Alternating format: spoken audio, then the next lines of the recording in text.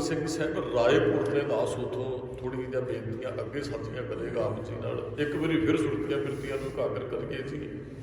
ਕੋਈ ਰਸਨਾ ਫਿਰ ਵੀ ਬਾਂਝੀ ਨਾ ਰਹੇ, ਰਲ ਮਿਲ ਕੇ ਉਚਾਰਨ ਕਰੋ ਜੀ। ਵਾਹਿਗੁਰੂ ਜੀ ਕਾ ਖਾਲਸਾ, ਵਾਹਿਗੁਰੂ ਜੀ ਕੀ ਫਤਿਹ। ਮਹਾਰਾਜ ਦਾ ਲੰਮੇ ਜੱਗ ਪੂਰੇ ਜਾਂਦੇ ਆ। ਫਿਰ ਆਲਮਗੀਰ ਜਾਂਦੇ ਭਾਈ ਨਗਾਈਆ, ਇੱਥੇ ਮਹਾਰਾਜ ਨੂੰ ਇੱਕ ਘੋੜੀ ਭੇਟਾ ਕਰਦਾ ਹੈ।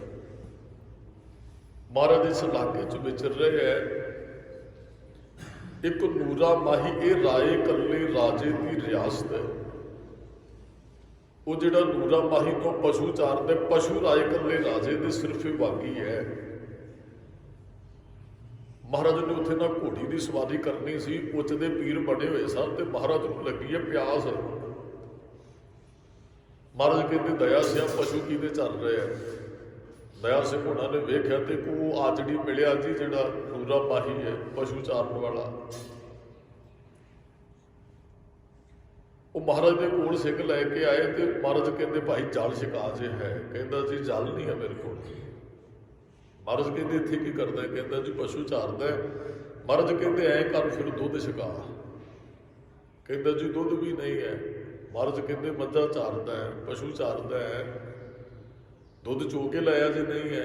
ਕਹਿੰਦਾ ਜੀ ਜਿਹੜੇ ਦੁਧਾਰੂ ਪਸ਼ੂ ਨੇ ਉਹਨਾਂ ਦਾ ਦੁੱਧ ਚੋ ਕੇ ਘਰੇ ਛੱਡਣ ਦਾ, ਔਰ ਬਹੁਤੀਆਂ ਉਸਰ ਝੋਟੀਆਂ ਦੇ ਵਿੱਚ ਜਿਹੜੀਆਂ ਦੁੱਧ ਨਹੀਂ ਦਿੰਦੀਆਂ। ਮਹਾਰਾਜ ਹੁਣ ਦੁੱਧ ਦਾ ਵੀ ਪ੍ਰਬੰਧ ਨਹੀਂ ਹੋਣਾ। ਸਾਹਮਣੇ ਇੱਕ ਝੋਟੀ ਚੱਲ ਰਹੀ ਹੈ। ਮਹਾਰਾਜ ਕਹਿੰਦੇ ਭਾਈ ਇਹਦਾ ਦੁੱਧ ਛਕਾ ਦੇ। ਉਹ ਨੂਰਾ ਹੱਸ ਪੈਂਦਾ। ਮਹਾਰਾਜ ਉਦੋਂ ਉੱਚ ਦੇ ਪੀਰ ਦੇ ਭੇਸ 'ਚ ਸਨ। ਹੱਸ ਪੈਂਦਾ, ਕਹਿੰਦਾ ਜੀ ਤੁਹਾਨੂੰ ਫਕੀਰਾਂ ਨੂੰ ਪਸ਼ੂਆਂ ਬਾਰੇ ਕੀ ਪਤਾ ਹੈ? ਜਿੱਧਰ ਹੱਥ ਕਰਦੇ ਹੋ ਨਾ ਜੀ, ਉਹ ਉਸਰ ਝੋਟੀ ਉਹ ਦੁੱਧ ਨਹੀਂ ਦਿੰਦੀ ਹੈ, ਨਾ ਉਹਨੇ ਦੇਣਾ ਹੈ।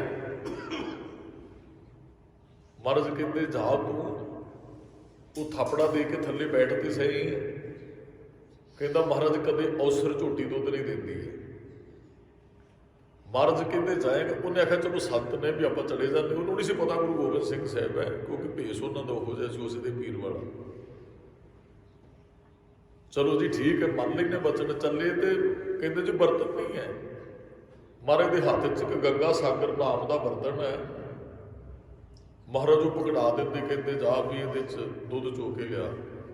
ਉਹ ਵੇਖ ਕੇ ਕਹਿੰਦੇ ਪਹਿਲੀ ਗੱਲ ਤੇ ਮਹਾਰਾਜ ਉਹ ਔਸਰ ਝੋਟੀ ਉਹਨੇ ਦੁੱਧ ਨਹੀਂ ਦੇਣਾ ਹੈ, ਤੇ ਦੂਸਰਾ ਜਿਹੜਾ ਤੁਸੀਂ ਬਰਤਨ ਦੇ ਦਿੱਤੇ ਇਹਦੇ ਤੇ ਛੇਕ ਬਹੁਤ ਨਜ਼ਰ ਆਉਂਦੇ ਹੈ।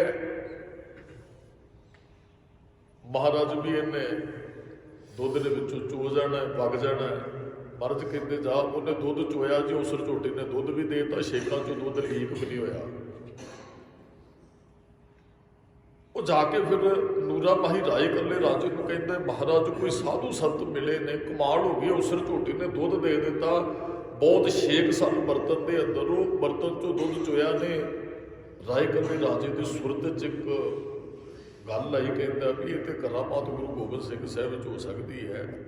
ਕਿਤੇ ਗੁਰੂ ਗੋਬਿੰਦ ਕਹਿੰਦਾ ਜੀ ਨਹੀਂ, ਉਹਨਾਂ ਦੇ ਕੇਸ ਖੁੱਲੇ ਸਨ, ਉਹ ਤੇ ਹੋਰ ਕੁਝ ਲੱਗ ਰਹੇ ਸੀ। ਕਹਿੰਦੇ ਚਲੋ ਦੱਸੋ ਕਿੱਧਰ ਗਏ। ਮਹਾਰਾਜ ਨੂੰ ਲੱਭਦੇ ਹੋਏ ਰਾਏ ਕੱਲਾ ਰਾਜਾ ਤੇ ਨੂਰਾ ਮਹਾਰਾਜ ਕੋਲ ਪਹੁੰਚ ਜਾਂਦੇ। ਉਹ ਪਛਾਣ ਲੈਂਦੇ, ਕਿਉਂਕਿ ਕੋਟਲੇ ਨਿਹੰਗ ਖਾਂ ਦੇ ਕੁੜਮ ਹੈ। ਇਹਦੀ ਬੇਟੀ ਕੋਟਲੇ ਨਿਹੰਗ ਖਾਂ ਦੇ ਬੇਟੇ ਨਾਲ ਵਿਆਹੀ ਹੈ, ਔਰ ਇਹਨੇ ਆਪਣੀ ਬੇਟੀ ਦੇ ਵਿਆਹ 'ਚ ਗੁਰੂ ਗੋਬਿੰਦ ਸਿੰਘ ਸਾਹਿਬ ਦੇ ਦਰਸ਼ਨ ਕੀਤੇ ਸਨ, ਕਿਉਂਕਿ ਮਹਾਰਾਜ ਕੋਟਲੇ ਨਿਹੰਗ ਖਾਂ ਦੇ ਘਰੇ ਵਿਆਹ ਤੇ ਆਏ ਹੋਏ ਸਨ। ਹੱਥ ਜੋੜ ਕੇ ਮਹਾਰਾਜ ਨੂੰ ਮੱਥਾ ਟੇਕਦੇ। ਮਹਾਰਾਜ ਸੁਣਿਆ ਤੁਹਾਡੇ ਦੋ ਬੇਟੇ ਸ਼ਹੀਦ ਹੋ ਗਏ। ਮਹਾਰਾਜ ਕਹਿੰਦੇ ਹਾਂ ਰਾਏ ਕੱਲਾ, ਉਹ ਤੇ ਸਾਡੀਆਂ ਅੱਖਾਂ ਦੇ ਸਾਹਮਣੇ ਸ਼ਹੀਦ ਹੋਏ। ਇਹਨੇ ਦੁੱਖ ਸਾਂਝਾ ਕੀਤਾ। ਮਹਾਰਾਜ ਕਹਿੰਦੇ ਨਾ ਰਾਏ ਕੱਲਾ ਅੱਖਾਂ ਨਹੀਂ ਭਰਨੀਆਂ, ਮੇਰੀ ਬੇਟੀ ਚੜ੍ਹਦੀ ਕਲਾ ਨਾਲ ਸ਼ਹੀਦ ਹੋਏ। ਚਲੋ ਜੀ ਹੋਰ ਵੀ ਸੰਗਤਾਂ ਆ ਗਈਆਂ ਤੇ ਰਾਏ ਕੱਲਾ ਹੱਥ ਜੋੜ ਕੇ ਕਹਿੰਦੇ ਮਹਾਰਾਜ ਇਸ ਵਕਤ ਤੋਂ ਮੈਂ ਤੁਹਾਡੀ ਕੋਈ ਮਦਦ ਕਰ ਸਕਾਂ। ਮਹਾਰਾਜ ਕਹਿੰਦੇ ਰਾਏ ਕੱਲਾ ਜੇ ਮਦਦ ਕਰਨੀ ਚਾਹੁੰਦਾ ਹੈ ਤਾਂ ਇੱਥੋਂ ਤੱਕ ਤੇ ਸੁਣਿਆ ਮੇਰੇ ਬੇਟਿਆਂ ਨੂੰ, ਬਜ਼ੁਰਗ ਮਾਂ ਨੂੰ ਸਰਹੰਦ ਲਿਆਂਦਾ ਗਿਆ। ਰਾਏ ਕੱਲਾ ਅੱਗੇ ਦੀ ਮੈਨੂੰ ਬੱਚਿਆਂ ਬਾਰੇ ਕੋਈ ਖਬਰ ਨਹੀਂ। ਜੇ ਸੇਵਾ ਕਰਨੀ ਚਾਹੁੰਦਾ ਸਾਨੂੰ ਰਾਏਪੁਰ ਨਗਰ ਛੱਡਣਾ ਪਵੇ, ਉਸ ਤੋਂ ਪਹਿਲਾਂ ਮੇਰੇ ਬੱਚਿਆਂ ਦੀ ਮਾਤਾ ਦੀ ਮੈਨੂੰ ਖਬਰ ਲਿਆ ਕੇ ਦੇ। ਉਹ ਨੂਰਾ ਕੋਲ ਹੀ ਬੈਠਾ ਜਿਹਨੇ ਦੁੱਧ ਛਕਾਇਆ ਸੀ। ਰਾਏ ਕੱਲੇ ਨੂੰ ਕਹਿੰਦੇ ਰਾਜਾ ਜੀ ਮੈਨੂੰ ਆਗਿਆ ਦਿਓ। ਗੁਰੂ ਸਾਹਿਬ ਨੂੰ ਕਹਿੰਦਾ ਜੀ ਸੇਵਾ ਮੈਨੂੰ ਬਖਸ਼ੋ, ਕਿਉਂਕਿ ਮੇਰੀ ਭੈਣ ਨੂਰੀ ਸਰਹੱਦ ਵਿਆਹੀ, ਮੈਂ ਗਲੀ ਗਲੀ ਤੋਂ ਵਾਕਫ ਹਾਂ, ਮੈਂ ਬਹੁਤ ਮੇਰੀ ਸਰਹੱਦ ਜਾ ਚੁੱਕਾ। ਮਹਾਰਾਜ ਕਹਿੰਦੇ ਹਾਂ ਨੂਰਿਆ ਫਿਰ ਤੂੰ ਭਾਈ ਇਹ ਸੇਵਾ। ਰਾਏ ਕੱਲਾ ਵੀ ਕਹਿੰਦਾ ਜਾਓ ਭਾਈ ਫਿਰ ਜਲਦੀ ਜਾਓ। ਨੂਰਾ ਤੁਰ ਲੱਗਾ, ਮਹਾਰਾਜ ਨੇ ਮੋਢੇ ਤੇ ਹੱਥ ਰੱਖਿਆ, ਬੇਟਾ ਜਲਦੀ ਵਾਪਸ ਆਇਓ, ਸਾਡੇ ਬੱਚਿਆਂ ਦੀ ਖਬਰ ਲੈ ਕੇ, ਕਿਤੇ ਖਬਰ ਸੁਣਨ ਤੋਂ ਬਗੈਰ ਹੀ ਸਾਨੂੰ ਰਾਏਪੁਰ ਦੀ ਧਰਤੀ ਨਾ ਛੱਡਣੀ ਪਏ। ਮਹਾਰਾਜ ਸੱਤ ਬਚਨ। ਉਹ ਨੂਰਾ 40 ਕੋਹ ਦਾ ਬੇਟਾ ਦੌੜ ਕੇ ਤੈਅ ਕਰਦਾ ਹੈ। ਅੱਧੀ ਰਾਤ ਨੂੰ ਆਪਣੀ ਭੈਣ ਨੂਰੀ ਦੇ ਦਰਵਾਜ਼ੇ ਅੱਗੇ ਖੜ ਕੇ ਆਵਾਜ਼ ਮਾਰਦਾ, ਨੂਰੀ ਭੈਣ ਦਰਵਾਜ਼ਾ ਖੋਲ, ਮੈਂ ਰਾਏਪੁਰ ਵਾਲਾ ਤੇਰਾ ਵੀਰ ਆਇਆ ਨੂਰਾ, ਉੱਥੇ ਕਰਫਿਊ ਲੱਗਾ। ਡਰਿਆ ਤੇ ਵੀ ਕੋਈ ਅੱਜ ਸੁੰਨਸਾਨ ਹੈ, ਕੋਈ ਨਜ਼ਰ ਨਹੀਂ ਪਿਆ ਬੰਦਾ, ਗਲੀਆਂ ਸੁੰਜੀਆਂ ਪਈਆਂ ਸਰਹੱਦ ਦੀਆਂ, ਭਾਵੇਂ ਅੱਧੀ ਰਾਤ ਸੀ। ਚਲੋ ਇਹਨੂੰ ਐ ਸੀ ਵੀ ਕੋਈ ਲਾਈਟ ਜਗਦੀ ਮਿਲੇਗੀ, ਕੋਈ ਰਸਤੇ 'ਚ ਆਦਮੀ ਮਿਲੇਗਾ, ਅੱਧੀ ਰਾਤ ਨੂੰ ਵੀ ਪਿੰਡਾਂ 'ਚ ਲੋਕ ਤੁਰੇ ਫਿਰਦੇ ਹੈ। ਆਪਣੀ ਭੈਣ ਦੇ ਦਰਵਾਜ਼ੇ ਤੇ ਖੜ ਕੇ ਆਵਾਜ਼ ਮਾਰਦਾ ਹੈ, ਨੂਰੀ ਭੈਣ ਮੈਂ ਤੇਰਾ ਰਾਏਪੁਰ ਵਾਲਾ ਵੀਰ ਹੈ, ਦਰਵਾਜ਼ਾ ਖੋਲ।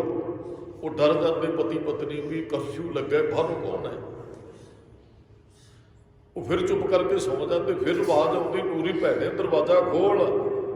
ਥੋੜੀ ਜਿਹੀ ਆਵਾਜ਼ ਪਛਾਣਦੀ ਹੈ ਤੇ ਵੀਰ ਲੱਗਦੇ ਰਾਏਪੁਰ ਵਾਲਾ, ਆਪਣੇ ਪਤੀ ਨੂੰ ਉਠਾਉਂਦੀ ਹੈ। ਬਾਹਰ ਵਿਹੜੇ 'ਚ ਆ ਜਾਂਦੇ ਨੇ, ਚੰਦਰਮਾ ਦੀ ਥੋੜੀ ਜਿਹੀ ਰੋਸ਼ਨੀ ਸੀ, ਕੰਧ ਦੇ ਉੱਪਰ ਦੀ ਵੇਖਦੇ ਨੇ। ਉਹ ਦਰਵਾਜ਼ਾ ਖੁੱਲ੍ਹਾ ਵੇਖ ਕੇ ਫਿਰ ਨੂਰਾ ਆਵਾਜ਼ ਮਾਰਦਾ, ਭੈਣੇ ਮੈਂ ਨੂਰਾ ਹੈ, ਦਰਵਾਜ਼ਾ ਖੋਲ। ਉਹ ਆ ਕੇ ਦਰਵਾਜ਼ਾ ਖੋਲ੍ਹਦੀ ਹੈ। ਉਹ ਜਦੋਂ ਦਰਵਾਜ਼ਾ ਖੋਲ੍ਹ ਕੇ ਬਾਹਰ ਨਿਕਲਦੀ, ਉਹਦੀ ਧਾਰ ਨਿਕਲ ਜਾਂਦੀ ਹੈ, ਰੋਂਦੀ ਹੋਈ ਭੱਜ ਕੇ ਆਪਣੇ ਭਰਾ ਦੇ ਗਲ ਚੰਬੜ ਜਾਂਦੀ ਹੈ। ਛੋਟੀ ਸੀ ਨੂਰੇ ਤੋਂ, ਜਦੋਂ ਗਲ ਲੱਗੀ ਰੋਂਦੀ ਹੈ। ਨੂਰੇ ਨੂੰ ਸਮਝ ਕੋਈ ਨਹੀਂ ਆਉਂਦੀ, ਮੈਨੂੰ ਵੇਖ ਕੇ ਮੇਰੀ ਭੈਣ ਰੋਣ ਕਿਉਂ ਲੱਗ ਪਈ। ਅੱਗੇ ਤੇ ਮੈਂ ਆਉਂਦਾ ਸੀ ਇਹਨੂੰ ਬਿਠਾਉਣ ਨੂੰ, ਜਗ੍ਹਾ ਨਹੀਂ ਸੀ ਲੱਭਦੀ, ਭੱਜ ਕੇ ਮੇਰੇ ਗਲ ਬੜੀ ਖੁਸ਼ੀ ਨਾਲ ਲੱਗ ਜਾਂਦੀ ਸੀ। ਸੁੱਖ ਸਾਲ ਪੁੱਛਦੀ ਸੀ, ਪਿਤਾ ਜੀ ਦਾ ਕੀ ਹਾਲ ਹੈ, ਮਾਂ ਦਾ ਕੀ ਹਾਲ ਹੈ, ਮੇਰੇ ਦੂਜੇ ਭਰਾਵਾਂ ਦਾ ਕੀ ਹਾਲ ਹੈ, ਤੁਹਾਡੇ ਬੱਚਿਆਂ ਦਾ ਕੀ ਹਾਲ ਹੈ। ਅੱਜ ਰੋਈ ਤੇ ਜਾਂਦੀ ਹੈ, ਅੱਜ ਦੱਸਦੀ ਕੁਝ ਨੇ। ਨੂਰੇ ਦੇ ਮਨ 'ਚ ਆਉਂਦਾ ਸੀ, ਬੱਚੇ ਨਿੱਕੇ ਨਿੱਕੇ ਸਨ ਮੇਰੀ ਭੈਣ ਦੇ, ਲੱਗਦਾ ਜਿਵੇਂ ਰੋ ਰਹੀ ਕਿਸੇ ਬੱਚੇ ਨਾਲ ਕੋਈ ਭਾਣਾ ਵਾਪਰ ਗਿਆ, ਸਾਡੇ ਤੱਕ ਖਬਰ ਨਹੀਂ ਪਹੁੰਚੀ ਹੋਏਗੀ। ਜਿਵੇਂ ਰੋ ਰਹੀ ਸੀ ਨਾ, ਲੱਗਦਾ ਸੀ ਪਰਿਵਾਰ 'ਚੋਂ ਕਿਸੇ ਮੈਂਬਰ ਨਾਲ ਭਾਣਾ ਵਾਪਰਿਆ। ਨੂਰਾ ਸਿਰ ਤੇ ਹੱਥ ਰੱਖ ਕੇ ਕਹਿੰਦਾ, ਭੈਣੇ ਰੋਈ ਜਾਂਦੀ, ਦੱਸੇਗੀ ਕੀ ਭਾਣਾ ਵਾਪਰਿਆ, ਬੱਚੇ ਠੀਕ ਹੈ। ਨੂਰੀ ਰੋਂਦੀ ਹੋਈ ਕਹਿੰਦੀ ਆਪਣੇ ਭਰਾ ਦੇ ਗੱਲ ਲੱਗ ਕੇ, ਵੀਰਾ ਹੁਣ ਇਸ ਸਰਹੱਦ ਨੇ ਉਜੜ ਜਾਣਾ, ਇਹਨੇ ਗਰਕ ਹੋ ਜਾਣਾ ਹੈ।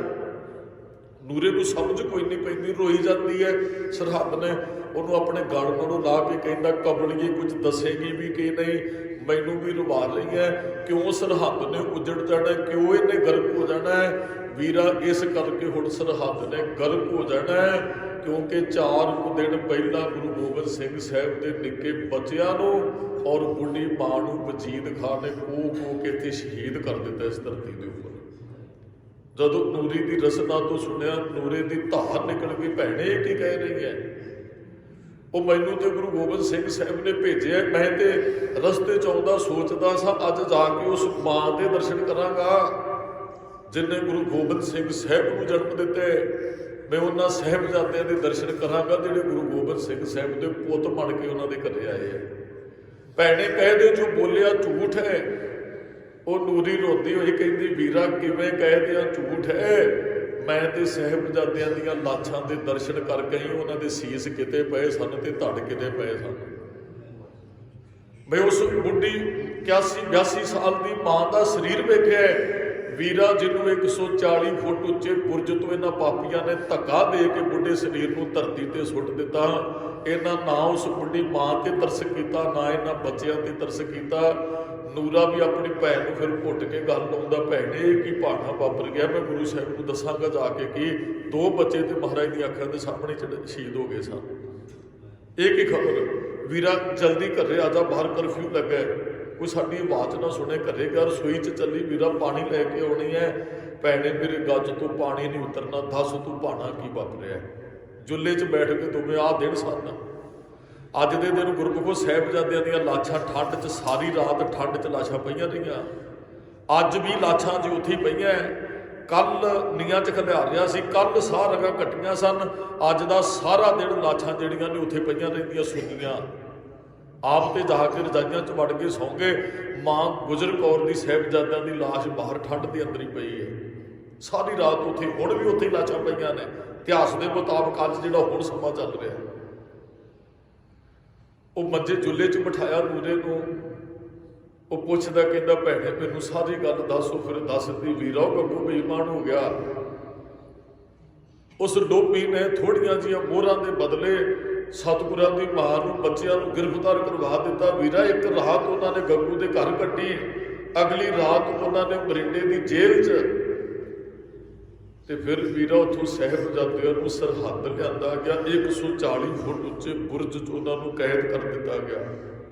ਨਾ ਉਹਨਾਂ ਨੂੰ ਛਕਣ ਲਈ ਜਲ ਦਿੱਤਾ, ਨਾ ਉਹਨਾਂ ਨੂੰ ਛਕਣ ਲਈ ਭੋਜਨ ਦਿੱਤਾ।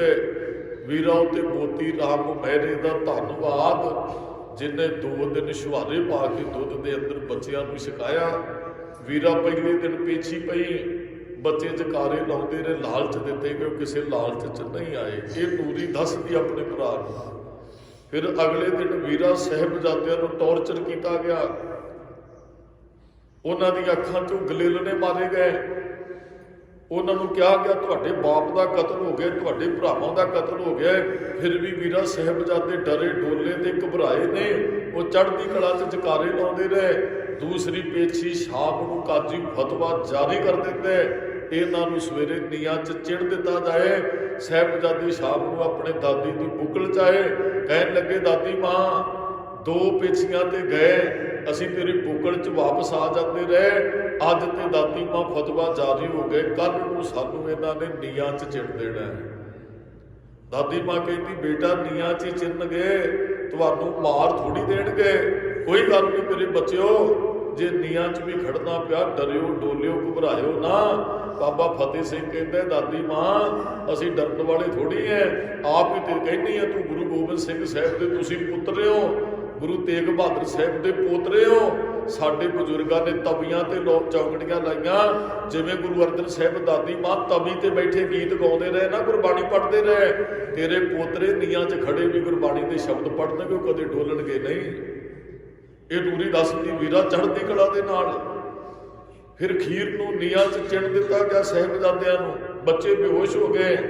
2 ਪਠਾਨਾਂ ਨੂੰ ਸੱਦਿਆ, ਗਿੱਟਿਆਂ ਤੋਂ ਸਰੀਰ ਧੋ ਕੇ ਉਹਨਾਂ ਨੇ ਸਾਹਿਬਜ਼ਾਦਿਆਂ ਦੀਆਂ ਸਾਹ ਰਗਾਂ ਕੱਟ ਦਿੱਤੀਆਂ। ਛੋਟਾ ਫਤਿਹ ਸਿੰਘ ਤੇ ਵੀਰਾ 12.5 ਮਿੰਟ ਸਰੀਰ ਹਿੱਲਦਾ ਰਿਹਾ, ਪੈਰਾਂ ਦੇ ਬੂਟੇ ਹਿੱਲਦੇ ਰਹੇ। ਫਿਰ ਇਹ ਪਾਪੀ ਕਹਿੰਦੇ ਸਰਹੱਦ ਮੇਰੀ ਧਰਤੀ ਹੈ, ਇੱਥੇ ਮੈਂ ਸੰਸਕਾਰ ਨਹੀਂ ਹੋਣ ਦਿਆਂਗਾ।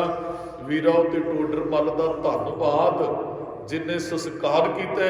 ਅਜੇ ਕੱਲ ਹੀ ਵੀਰਾ ਸਾਹਿਬਜ਼ਾਦਿਆਂ ਦਾ ਸੰਸਕਾਰ ਹੋਇਆ, 4 ਦਿਨ ਹੋ ਗਏ ਉਹ ਸ਼ਹੀਦ ਹੋਏ ਸਨ। ਉਹ ਨੂਰਾ ਰੋਂਦੇ ਕਹਿੰਦਾ ਭੈਣੇ ਕੀ ਭਾਣਾ ਵਾਪਰ ਗਿਆ, ਸਾਰੇ ਸੰਸਾਰ ਦਾ ਸੁੱਖ ਮੰਗਣ ਵਾਲਾ ਗੁਰੂ ਅੱਜ ਉਹਦੇ ਬੱਚਿਆਂ ਨਾਲ ਇੰਨਾ ਜ਼ੁਲਮ। ਉਹ ਅੰਮ੍ਰਿਤ ਵੇਲਾ ਹੋਣ ਲੱਗਾ ਜੀ, 4 ਵੱਜ ਗਏ। ਕਹਿੰਦਿਆਂ ਸੁਣਦਿਆਂ ਨੂਰਾ ਕਹਿੰਦਾ ਭੈਣੇ ਮੈਂ ਵਾਪਸ ਜਾਣਾ, 2 ਪ੍ਰਸ਼ਾਦੇ ਤੇ ਵੀਰਾ ਛਕ, ਬੜੀ ਦੂਰ ਤੋਂ ਆਇਆ ਹੈ। ਕਹਿੰਦਾ ਭੈਣੇ ਕਿੱਥੇ ਪ੍ਰਸ਼ਾਦਾ ਗਲੇ 'ਚੋਂ ਲੰਘਣਾ, ਮੈਂ ਸੋਚਦਾ ਗੁਰੂ ਸਾਹਿਬ ਨੂੰ ਜਾ ਕੇ ਦੱਸਾਂਗਾ ਕਿ ਮਹਾਰਾਜ ਤੁਹਾਡੇ ਬੱਚੇ ਕਿੱਥੇ ਹੈ। ਉਹ ਅੱਧੀ ਰਾਤ ਨਿਕਲਦੇ ਫਿਰ ਦੌੜਦੇ।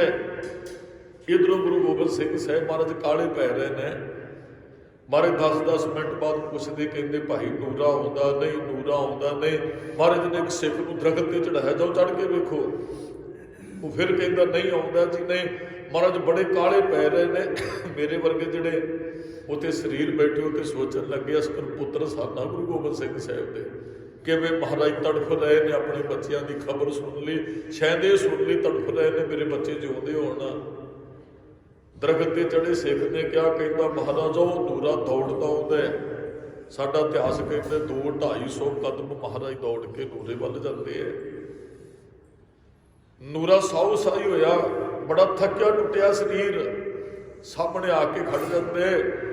ਬਹੁਤ ਸੰਗਤ ਮਹਾਰਾਜ ਦੇ ਨਾਲ ਖੜੀ ਹੁੰਦੀ ਹੈ। ਰਾਏ ਕੱਲਾ ਰਾਜਾ, ਦਇਆ ਸਿੰਘ, ਧਰਮ ਸਿੰਘ, ਮਾਨ ਸਿੰਘ, ਸੰਗਤ ਬਹੁਤ ਵੱਡੀ ਗਿਣਤੀ 'ਚ ਉਹਨੇ ਸਿਰ ਨੂੰ ਉੱਥੇ ਇਕੱਠੀ ਹੋ ਗਈ ਸੀ। ਮਹਾਰਾਜ ਦੇ ਬੇਟਿਆਂ ਦੀ ਖਬਰ ਆਉਣ ਵਾਲੀ ਹੈ, ਅਸੀਂ ਸੁਣਾਂਗੇ। ਬੱਚੇ ਕਹਿਣਗੇ, ਨੂਰਾ ਕਹੇਗਾ ਇੱਥੇ ਬੈਠੇ ਹੈ, ਅਸੀਂ ਫਿਰ ਰਪੜਾ ਕਰਾਂਗੇ, ਗੁਰੂ ਸਾਹਿਬ ਦੀ ਮਦਦ ਕਰਾਂਗੇ, ਸਾਹਿਬਜ਼ਾਦਿਆਂ ਨੂੰ ਲੈ ਕੇ ਆਵਾਂਗੇ। ਨੂਰਾ ਸਾਹਮਣੇ ਆ ਗਿਆ। ਮਹਾਰਾਜ ਕਹਿੰਦੇ ਨੂਰਿਆ दस तू मेरे बच्चों की खबर लैन गया सी, मेरी मां कित्थे है, मेरे बच्चे कित्थे है। नूरे तो बोलिया नहीं जाता, चुप खड़ा है। महाराज ने ठोडी ते हाथ लाया, कहन लगा नूरिया तू बोलता क्यों नहीं है, वो मेरी मां कित्थे, मेरे बेटे कित्थे है। नूरा बोलन लगा, दी धार निकल गई, कहन लगा बाजा वालिया तेरे निक्के बच्चों को भी सरहद च कुछ दिन पहला इन्हां पापियां ने को के शहीद कर दिता है। संगत दियां धावां निकल गई, दो तो पहले ही महाराज दी अखां दे सामने। महाराज तुहाडी बजुर्ग मां नूं 140 फुट उच्चे बुरज तो धक्का दे के इन्हां पापियां ने खत्म कर दिता। सारी संगत दियां धावां निकल गई। दया सिंह भी रो पिया, महाराज जी की भाना वापर गया। धन गुरु गोबिंद सिंह साहब कहते दया सिंह रोना नहीं, संगत जी रोवो ना, कबीर संत मोए क्या रोइए, जो अपने ग्रह जाए, रोवो साकत बापरे जो हाडे हाड पकाए। शहीद की जो मौत है वो कौम की हयात है, हयात तो हयात है वो मौत भी हयात है। दया सिंह ना रोवो। महाराज कसूर कोई नहीं सी बच्चों का, साडी उस मां ने इन्हां दा की माड़ा कीता, साडे बच्चों ने इन्हां दा की माड़ा कीता। जे उन्होंने जूझना सी असीं तैयार सां, साडे गले कट देंदे, साहिबजादियां नाल नहीं सी उन्होंने ऐसा करना चाहिए। महाराज साडे गले कट दे, असीं उन्हां दा कुछ नुकसान कीता होएगा, साहिबजादियां दा कोई कसूर नहीं सी। महाराज कहंदे वो तीर दी नोक नाल काही दा बूटा पुट के कहंदे राय कल्ला ना रो। दया सिंह संगत जी ना रोवो, जे अज मेरे निक्के निक्के बच्चों को इन्होंने नीया च घलियार दिता है ना, काही का बूटा तीर की नोक नाल पुट के कहते ले दया सिंह जड़ा इन्हों दी पुटिया गई। महाराज कहते गिनती के दिन इन्हों के कोल, संगत नूं महाराज ने हौसला दिता। महाराज कहते दया सिंह मेरे बच्चे मेरे नाम च एक होर वाधा कर गए, अगे मेरे पड़दादा गुरु जी नाल लोग मेरा नाम जोड़ते सन, इन्हां दे वडेरियां ने तवियां ते बैठ के शहादतां दित्तियां, मैनूं माण हुंदा सी। अगे लोग कहते सन इन्हां दे पिता ने शहादत दित्ती हिंदू धर्म की खातर, उदों भी मैनूं माण हुंदा। जदों मेरे भरा शहीद होए मैनूं लोग कहते सन महाराज तुहाडे भरा शहीद हो गए, मैनूं भरावां ते भी माण, मैनूं सिखां ते भी माण, मेरे सिख शहीद होए। अज तो बाद मैनूं पुत्रां ते भी माण होएगा, मेरे 4 पुत भी इत्थे शहीद होए ने। दया सिंह मेरे बेटे मेरे नाम च वाधा कर गए। हुण पिछले सारिया वड्डियां नूं भुल के जदों रायपुरों निकलांगा ना, लोग कहणगे ओ वेखो ये शहीद पुत्रां दा पिता जा रहा, अगे कहते सन शहीद पड़दादे दा पड़पोतरा जा रहा है, शहीद बाप दा पुत्र जा रहा है, शहीद सिखां दा गुरु जा रहा है, शहीद भरावां दा भरा जा रहा है। मेरे बेटे एक मेरे नाम च होर वाधा कर गए, अज तो बाद लोग कहणगे शहीद पुत्रां दा पिता जा रहा है। दया सिंह रो ना, मेरे नाल दुख साझा ना कर, मैनूं वधाई दे। महाराज वधाई शब्द मेरे मुख तो निकलदा नहीं। महाराज कहते दया सिंह फिर एक गल दस, साडे घरे बच्चे जन्म लैंदे, बच्चे दे जन्म लैंदे असीं सोचदे इहनूं आह कुछ बनाउणा है, जो माँ प्यो ने सोचिया होवे बच्चा वो बन जाए, बच्चा वो मरतबे ते पहुँच जाए, बच्चा कामयाब हो जाए। माँ प्यो नूं लोग की कहते हैं, भावें दया सिंह दी अखां चतरू सन महाराज, माँ प्यो ने जो बच्चे नूं बनाउण बारे सोचिया होवे, बच्चा उस मरतबे नूं उस पदवी नूं प्राप्त कर दे, लोग माँ प्यो नूं आण के बधाइयां देते हैं। माँ प्यो नूं भी बड़ी खुशी हुंदी मेरा बच्चा कामयाब होया। महाराज कहते फिर दया सिंह रोंदा क्यों है, अपने 4 बेटियां दे जन्म ते सोचिया सी इन्हां नूं एक दिन शहीद करवाउणा है, मेरे बच्चे 4 ही उस पदवियां नूं प्राप्त कर गए जो बाप ने सोचिया सी। फिर रोंदा क्यों, अज मैनूं भी बधाई दे दे मेरे बच्चे कामयाब हो गए। ये गुरु गोबिंद सिंह साहब भी हो सकता है, मैं तो इन्हों के जन्म से सोचिया सी इन्हों एक दिन शहीदी की पदवी दिवानी है, मेरे बेटे शहीद होण और मेरे बच्चे कामयाब हो गए। सारी संगत को महाराज ने कहा बाणी पढ़नी है, किसी ने रोना नहीं, किसी ने विराग नहीं करना। चलो संखेप बेनती करनी, महाराज उतों रायपुर तो जाते हैं, फिर दीना कांगड़ जफरनामा लिखते हैं, औरंगजेब गुरु गोबिंद सिंह साहब की जित हुई है, भावें मेरे 4 बच्चे तू खत्म कर दिते है, गुरु डरिया डोलिया घबराया नहीं, मैं चढ़ती कला च है, जे तेरे अंदर ताकत आण के मुकाबला कर गुरु गोबिंद सिंह साहब का। फिर दया सिंह धर्म सिंह मान सिंह कहते महाराज औरंगजेब नूं खत्म कर देना चाहिए। महाराज हुण असीं शमशीरां चुकीए, सिखां नूं इकट्ठे करके हमला करके औरंगजेब नूं वजीद खां नूं मारीए। महाराज कहते दया सिंह हौसला रखो, हुण मैं शमशीर ते मुठे ते हथ नहीं अजे पाउणा, ਹੁਣ ਮਾਰਨਾ ਹੈ ਔਰੰਗਜ਼ੇਬ ਨੂੰ। ਮਹਾਰਾਜ ਕਹਿੰਦੇ ਤਲਵਾਰ ਨਾਲ ਨਹੀਂ, ਹੁਣ ਮੈਂ ਕਲਮ ਦਾ ਵਾਰ ਕਰਨਾ ਇਹਦੇ ਤੇ। ਫਿਰ ਮਹਾਰਾਜ ਨੇ ਜ਼ਫਰਨਾਮਾ ਲਿਖਿਆ, ਔਰੰਗਜ਼ੇਬ ਨੂੰ ਕਿਹਾ ਤੂੰ ਧਰਮੀ ਖਵਾਉਣਾ ਹੈ, ਉਹ ਦੱਸ ਹੋਏ ਮੇਰਾ ਕਸੂਰ ਕੀ ਸੀ, ਤੂੰ ਅਨੰਦਪੁਰ ਸਾਹਿਬ ਮੈਨੂੰ ਵਕਤ ਪਾਈ ਰੱਖਿਆ, ਮੈਨੂੰ ਅਨੰਦਪੁਰ ਸਾਹਿਬ ਛੱਡਣ ਲਈ ਮਜਬੂਰ ਕੀਤਾ। ਦੱਸ ਮੇਰੇ ਉਹ ਵੱਡੇ ਬੇਟਿਆਂ ਦਾ ਕੀ ਕਸੂਰ ਸੀ ਪਾਪੀਆ, ਤੂੰ 10 ਲੱਖ ਦਾ ਘੇਰਾ ਸਾਨੂੰ 40 ਨੂੰ ਪਾ ਕੇ ਬੈਠ ਗਿਓ। ਮੇਰੇ ਪੁੱਤਾਂ ਨਾਲੋਂ ਪਿਆਰੇ ਸਿੱਖ ਮੈਨੂੰ ਉੱਥੇ ਸ਼ਹੀਦ ਕਰਾਉਣੇ ਪਏ, ਮੇਰੇ 2 ਬੇਟੇ ਉੱਥੇ ਸ਼ਹੀਦ ਹੋਏ। ਮਹਾਰਾਜ ਨੇ ਕਿਹਾ ਚਲੋ ਉੱਥੇ ਲੜ ਕੇ ਸ਼ਹੀਦ ਹੋ ਗਏ, ਮੈਨੂੰ ਕੋਈ ਦੁੱਖ ਨਹੀਂ। ਮਹਾਰਾਜ ਨੇ ਜ਼ਫਰਨਾਮੇ 'ਚ ਲਿਖਿਆ, ਪਾਪੀਆ ਮੇਰੇ ਨਿੱਕੇ ਬੱਚਿਆਂ ਦਾ ਕੀ ਕਸੂਰ ਸੀ ਜਿਨ੍ਹਾਂ ਨੂੰ ਨੀਹਾਂ 'ਚ ਖਿਲਾਰ ਕੇ ਤੂੰ ਉਹਨਾਂ ਦੀਆਂ ਸਾਹ ਰਗਾਂ ਕਟਵਾ ਦਿੱਤੀਆਂ। ਤੂੰ ਧਰਮੀ ਨਹੀਂ ਹੋ ਸਕਦਾ, ਤੇਰੇ ਵਰਗਾ ਪਾਪੀ ਬੰਦਾ ਤੂੰ ਆਪਣੇ ਬਾਪ ਦਾ ਕਤਲ ਕਰਨ ਵਾਲਾ, ਤੂੰ ਆਪਣੇ ਭਰਾ ਦਾ ਕਤਲ ਕਰਨ ਵਾਲਾ, ਤੂੰ ਆਪਣੀ ਭੈਣ ਦਾ ਕਤਲ ਕਰਨ ਵਾਲਾ, ਤੂੰ ਇੰਨਾ ਪਾਪੀ ਬੰਦਾ। ਉਹ ਮੇਰੇ ਬੱਚੇ ਦੇ ਤੇਰੇ ਲੱਗਦੇ ਹੀ ਕੁਝ ਨਹੀਂ ਸਨ। ਤੂੰ ਕਹਿੰਦਾ ਰੱਬ ਦੀ ਦਰਗਾਹ 'ਚ ਤੈਨੂੰ ਜਗ੍ਹਾ ਮਿਲੇਗੀ, ਤੈਨੂੰ ਕਦੇ ਢੋਈ ਨਹੀਂ ਮਿਲੇਗੀ, ਤੇਰੀ ਕਬਰ ਤੇ ਕਿਸੇ ਨੇ ਦੀਵਾ ਤੱਕ ਨਹੀਂ ਜਗਾਉਣਾ। ਜਦੋਂ ਇਹਨੇ ਜ਼ਫਰਨਾਮਾ ਪੜਿਆ ਨਾ, ਇਹਦੀ ਰੂਹ ਕੰਬ ਗਈ। ਇਹਨੇ ਫਿਰ ਲੰਬੀ ਸੋਚੀ, ਕਹਿਣ ਲੱਗਾ ਗੁਰੂ ਸਾਹਿਬ ਨੇ ਤੇ ਮੇਰਾ ਵਿਗਾੜਿਆ ਹੀ ਕੁਝ ਨਹੀਂ ਸੀ, ਬੱਚਿਆਂ ਦਾ ਕਸੂਰ ਹੀ ਕੁਝ ਨਹੀਂ। ਇਹਦੇ ਗੱਲ ਤੇ ਇਹ ਫਿਰ ਡਿਪਰੈਸ਼ਨ ਦੇ ਵਿੱਚ ਚੜਾ ਜਾਂਦਾ ਜੀ ਔਰੰਗਜ਼ੇਬ। ਇਹ ਪਾਗਲਾਂ ਦੀ ਤਰ੍ਹਾਂ ਹੋ ਜਾਂਦਾ, ਮੈਂ ਗੁਰੂ ਸਾਹਿਬ ਦੇ ਬੱਚਿਆਂ ਨਾਲ, ਗੁਰੂ ਸਾਹਿਬ ਨਾਲ ਇੰਨਾ ਜ਼ੁਲਮ ਕੀਤਾ ਹੈ ਜਿਹਦੇ ਵਿੱਚ ਗੁਰੂ ਸਾਹਿਬ ਦਾ ਉਹਦੇ ਬੱਚਿਆਂ ਦਾ ਰਤੀ ਭਰ ਵੀ ਕਸੂਰ ਨਹੀਂ ਸੀ। ਫਿਰ ਭਾਈ ਬਰੀਕ ਸਿੰਘ ਸ਼ੇਰ ਖਾਂ, ਆ ਵੀਰ ਜੀ ਬੈਠੇ, ਇਹਨਾਂ ਦੇ ਪਿੰਡ ਦਾ ਇੱਕ ਵੀਰ ਹੈ, ਬੜਾ ਵਿਦਵਾਨ ਬੰਦਾ, ਉਹਨੇ ਕਿਤਾਬ ਲਿਖੀ ਔਰੰਗਜ਼ੇਬ ਦੇ ਅਖੀਰਲੇ ਦਿਨ। ਉਹ ਕਹਿੰਦੇ ਔਰੰਗਜ਼ੇਬ ਦੀ ਗੰਦਗੀ ਇਹਦੇ ਮੂੰਹ ਰਾਹੀਂ ਬਾਹਰ ਆਉਂਦੀ ਰਹੀ ਜੀ। ਫਿਰ ਤੇ ਕੰਧਾਂ ਨੂੰ ਟੱਕਰਾਂ ਮਾਰਦਾ ਸੀ, ਮੌਤ ਮੰਗਦਾ ਸੀ, ਮੌਤ ਆਉਂਦੀ ਸੀ ਨਹੀਂ, ਬੜੀ ਬੁਰੀ ਹਾਲਤ ਨਾਲ ਮਰਿਆ। ਮਹਾਰਾਜ ਨੇ ਦੇੜ ਨੂੰ ਜਾਂਦੇ ਸਨ, ਰਾਹ 'ਚ ਖਬਰ ਮਿਲੀ ਮਹਾਰਾਜ ਔਰੰਗਜ਼ੇਬ ਮਰ ਗਿਆ, ਬੜੀ ਬੁਰੀ ਹਾਲਤ ਨਾਲ ਮਰਿਆ। ਮਹਾਰਾਜ ਫਿਰ ਨੰਦੇੜ ਪਹੁੰਚ ਜਾਂਦੇ। ਮੈਂ ਸੰਖੇਪ ਬੇਨਤੀ ਕਰਕੇ ਸਮਾਪਤੀ ਕਰਾਂ। ਉੱਥੇ ਮਹਾਰਾਜ ਨੂੰ ਪਠਾਨ ਛੁਰਾ ਮਾਰ ਦਿੰਦੇ ਆ। ਵੈਸੇ ਔਰੰਗਜ਼ੇਬ ਨੇ ਮਰਨ ਤੋਂ ਪਹਿਲਾਂ ਵਜੀਦ ਖਾਨ ਨੂੰ ਇੱਕ ਚਿੱਠੀ ਲਿਖੀ ਸੀ, ਕਹਿੰਦਾ ਵਜੀਦ ਖਾਨ ਗੁਰੂ ਗੋਬਿੰਦ ਸਿੰਘ ਸਾਹਿਬ ਨੂੰ ਅੱਜ ਤੋਂ ਬਾਅਦ ਕੁਝ ਨਹੀਂ ਕਹਿਣਾ, ਕਿ ਜਿੱਧਰ ਜਾਣ ਇਹਨਾਂ ਨੂੰ ਜਾਣ ਦੇਣਾ, ਅੱਗੇ ਬਹੁਤ ਮੈਂ ਪਾਪ ਕਰ ਚੁੱਕਿਆ, ਹੁਣ ਮੈਂ ਕੋਈ ਪਾਪ ਨਹੀਂ ਕਰਨਾ ਚਾਹੁੰਦਾ। ਔਰੰਗਜ਼ੇਬ ਨੇ ਚਿੱਠੀ ਲਿਖੀ ਸੀ ਪਾਗਲ ਹੋਣ ਤੋਂ ਪਹਿਲਾਂ। ਪਰ ਵਜੀਦ ਖਾਨ ਫਿਰ ਡਰ ਗਿਆ, ਕਹਿਣ ਲੱਗਾ ਜੇ ਕਿਤੇ ਔਰੰਗਜ਼ੇਬ ਮਿਲ ਗਿਆ ਨਾ ਗੁਰੂ ਗੋਬਿੰਦ ਸਿੰਘ ਸਾਹਿਬ ਨੂੰ, ਔਰੰਗਜ਼ੇਬ ਨੇ ਤੇ ਮਾਫੀ ਮੰਗ ਲੈਣੀ ਹੈ, ਮੈਨੂੰ ਮਰਵਾ ਦੇਣਾ ਇਹਨਾਂ ਨੇ। ਉਹ ਫਿਰ ਡਰੇ ਹੋਏ ਨੇ 2 ਪਠਾਨ ਭੇਜੇ, ਗੁੱਲ ਖਾਂ ਤੇ ਤੁਲ ਖਾਂ। ਉਹਨਾਂ ਨੇ ਮਹਾਰਾਜ ਦੇ ਸੁੱਤਿਆਂ ਦੇ ਉੱਪਰ ਵਾਰ ਕਰ ਦਿੱਤਾ। ਜ਼ਖਮ ਕਟਾਰ ਦਾ ਡੂੰਘਾ ਹੋ ਗਿਆ, 10 ਦਿਨ ਬੈੱਡ ਰੈਸਟ ਹੈ। ਵੈਸੇ ਤੇ ਕਈ ਇਤਿਹਾਸਕਾਰ 6 ਮਹੀਨੇ ਕਹਿੰਦੇ, ਉਹ ਵੈਦ ਕਹਿੰਦੇ ਸਨ ਜੀ ਤੁਸੀਂ ਬੈੱਡ ਤੋਂ ਨਹੀਂ ਉੱਠਣਾ, ਜ਼ਖਮ ਬਹੁਤ ਡੂੰਘਾ ਹੈ।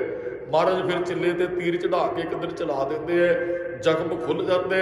ਸਿੱਖ ਵੈਦਾਂ ਨੂੰ ਸੱਦਣ ਜਾਂਦੇ। ਮਹਾਰਾਜ ਕਹਿੰਦੇ ਨਾ ਭਾਈ, ਸੱਚਖੰਡ ਜਾਣ ਦਾ ਟਾਈਮ ਆ ਗਿਆ। ਮਹਾਰਾਜ ਕਹਿੰਦੇ ਸਿੱਖੋ ਚਿਖਾ ਚਿਣੋ ਸਾਡੀ। ਬੜੀ ਮੁਸ਼ਕਿਲ ਗੱਲ ਸੀ, ਮਹਾਰਾਜ ਬੈਠੇ ਐ ਤੇ ਬੈਠਿਆ ਮਹਾਰਾਜ ਦੀ ਚਿਖਾ ਸਿੱਖਾਂ ਨੇ ਚਿਣੀ। ਮਹਾਰਾਜ ਇੱਕ ਸਿੱਖ ਨੂੰ ਕਹਿੰਦੇ ਸਾਡਾ ਤਬੇਲੇ 'ਚ ਘੋੜਾ ਤਿਆਰ ਕਰੋ। ਤਬੇਲੇ 'ਚ ਘੋੜਾ ਤਿਆਰ ਹੋ ਗਿਆ। ਗੁਰੂ ਗੋਬਿੰਦ ਸਿੰਘ ਸਾਹਿਬ ਕਹਿੰਦੇ ਅਸੀਂ ਹੁਣ ਸਰੀਰ ਤਿਆਗ ਦੇਣਾ। ਸਿੱਖ ਰੋ ਰਹੇ। ਮਹਾਰਾਜ ਕਹਿੰਦੇ ਖਾਲਸਾ ਜੀ ਰੋਣਾ ਨਹੀਂ, ਗੁਰਤਾ ਗੱਦੀ ਗੁਰੂ ਗ੍ਰੰਥ ਸਾਹਿਬ ਜੀ ਨੂੰ ਦਿੱਤੀ। ਸਿੱਖ ਆ ਗਿਆ, ਕਹਿਣ ਲੱਗਾ ਮਹਾਰਾਜ ਤੁਹਾਡੀ ਚਿਖਾ ਤਿਆਰ ਹੋ ਗਈ। ਬੜੀ ਮੁਸ਼ਕਲ ਸੀ ਸਿੱਖਾਂ ਵਾਸਤੇ ਇਹ ਗੱਲ ਗੁਰੂ ਸਾਹਿਬ ਨੂੰ ਕਹਿਣੀ, ਮਹਾਰਾਜ ਅਸੀਂ ਚਿਖਾ ਤਿਆਰ ਕਰ ਰਹੇ। ਮਹਾਰਾਜ ਨੇ ਜਿਉਂਦੇ ਆਪਣੀ ਚਿਖਾ ਤਿਆਰ ਕਰਵਾਈ। ਮਹਾਰਾਜ ਨੇ ਫਿਰ ਆਖਰੀ ਸਿੱਖਾਂ ਨੂੰ, ਖਾਲਸੇ ਨੂੰ ਫਤਿਹ ਬੁਲਾਈ। ਮਹਾਰਾਜ ਉਸ ਤੰਬੂ 'ਚ ਚਲੇ ਗਏ ਜਿੱਥੇ ਚਿਖਾ ਚਿਣੀ ਹੈ। ਮਹਾਰਾਜ ਅੰਦਰ ਜਾਂਦੇ, ਚਿਖਾ ਦੇ ਉੱਪਰ ਚੜ੍ਹ ਕੇ ਮਹਾਰਾਜ ਨੇ ਰੋਕਿਆ ਸੀ ਕਿਸੇ ਨੇ ਅੰਦਰ ਨਹੀਂ ਆਉਂਦਾ, ਬਾਅਦ 'ਚ ਆਇਓ। ਮਹਾਰਾਜ ਚਿਖਾ ਦੇ ਉੱਪਰ ਚੌਕੜਾ ਲਾ ਕੇ ਬੈਠ ਜਾਂਦੇ ਹੈ। ਫਿਰ ਮਹਾਰਾਜ ਦੀ ਧੁਨੀ 'ਚੋਂ ਅਗਨ ਉਪਜਦੀ ਹੈ। ਉਹ ਸਾਰਿਆਂ ਨੇ ਲਾਟਾਂ ਵੇਖੀਆਂ, ਸਾਰਿਆਂ ਨੇ ਸਿਰ ਘਵਾਇਆ ਵੀ ਮਹਾਰਾਜ ਜੀ ਸੱਚਖੰਡ ਚਲੇ ਗਏ। ਲਾਟਾਂ ਇਹ ਜਿਹੜੀ ਅੱਗ ਬੜੀ ਉੱਚੀ ਨਿਕਲ ਰਹੀ ਹੈ। ਪਰ ਇੱਕ ਸਿੱਖ ਜਿਹੜਾ ਤਬੇਲੇ 'ਚੋਂ ਆਇਆ, ਉਹਨੇ ਆਣ ਕੇ ਇਹਨਾਂ ਸਿੱਖਾਂ ਨੂੰ ਦੱਸਿਆ ਜਿਹੜੇ ਉੱਥੇ ਮਹਾਰਾਜ ਦੇ ਅੰਗੀਠੇ ਦੇ ਕੋਲ ਖੜੇ ਸਨ। ਕਹਿਣ ਲੱਗੇ ਭਾਈ ਜਿਹੜਾ ਗੁਰੂ ਸਾਹਿਬ ਨੇ ਘੋੜਾ ਤਿਆਰ ਕਰਵਾਇਆ ਸੀ ਉਹ ਘੋੜਾ ਤਬੇਲੇ ਦੇ ਵਿੱਚ ਨਹੀਂ ਹੈ। ਇੱਕ ਪਾਸੇ ਮਹਾਰਾਜ ਚਿਖਾ ਵਾਲੇ ਪਾਸੇ ਕਹਿ ਲਏ ਕਿ ਚਿਖਾ ਤੇ ਬੈਠ ਕੇ, ਦੂਸਰੇ ਪਾਸੇ ਦੂਸਰਾ ਸਿੱਖ ਕਹਿੰਦਾ ਤਬੇਲੇ 'ਚ ਘੋੜਾ ਨਹੀਂ। 4 ਕੋਹ ਤੇ ਬੈਠੇ ਇੱਕ ਫਕੀਰ ਆਉਂਦਾ, ਕਹਿੰਦਾ ਸਿੱਖੋ ਅੱਖਾਂ 'ਚ ਹੰਝੂ ਲਿਆਈ ਬੈਠੇ ਹੋ, ਕੀ ਭਾਣਾ ਵਾਪਰ ਗਿਆ? ਕਹਿੰਦੇ ਗੁਰੂ ਗੋਬਿੰਦ ਸਿੰਘ ਸਾਹਿਬ ਜੀ ਸਰੀਰ ਛੱਡ ਗਏ, ਉਹਨਾਂ ਦਾ ਸੰਸਕਾਰ ਹੋ ਰਿਹਾ।